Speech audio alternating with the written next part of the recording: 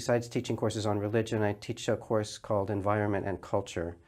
And there I get students who come in telling me about Daoism being a way of living at one with nature, which is really taking a particular Western idealized vision of humanity and nature and imagining that that's what the Taoists meant. And I think it's an abuse of Daoism, one that doesn't really take seriously what they were saying or try to understand what they were saying.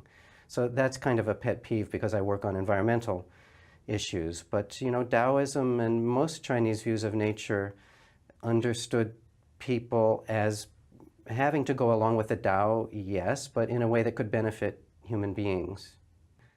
There's a story I always liked from Zhuangzi, who's one of the early important Taoist philosophers, in which he talks about a cook in a royal court, and a nobleman comes and watches this guy butcher a cow.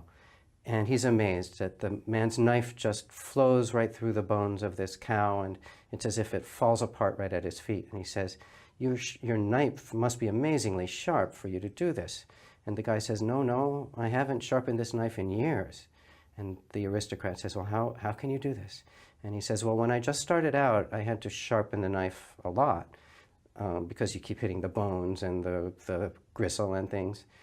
And then I started to understand how the joints worked. And then finally, after years and years, I understood that the open space between the joints is gigantic. And I just let my knife get into the open space and play in there, and the cow falls apart.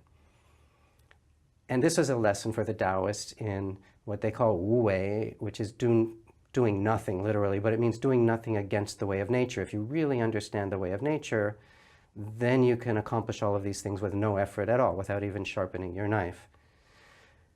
So the point here is not just that we have to follow the way of nature, it's also that it's perfectly fine to chop up this cow and eat it. That is, following the way of nature in a way that benefits humanity is more than correct. It's what we're supposed to do. And that's as much a part of this attitude as the one that there's this great Tao that we need to follow. So that's just an example of the sort of misperception that I think needs to be thought about.